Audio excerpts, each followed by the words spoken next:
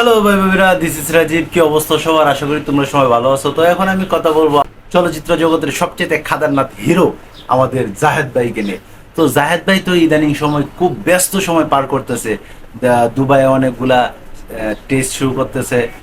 তো ঘটনা হয়েছে, আমাদের জাহেদ ভাই ডিগবাজি দিতে যায় কোমরের মাঝে ব্যথা পাইছে।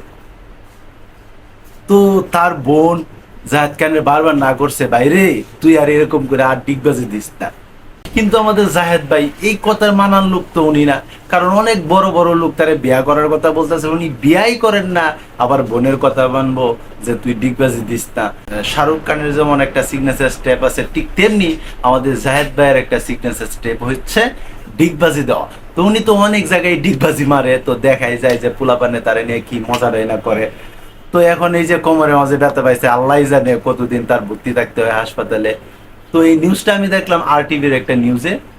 তো এই খবরটা শুনে আপনাদের কাছে কেমন লাগলো অবশ্যই আপনারা কমেন্ট বক্সে জানাবেন। সবাই ভালো থাকবেন, সুস্থ থাকবেন, কাছের মানুষটা ভালো রাখবেন। ধন্যবাদ সবাইকে।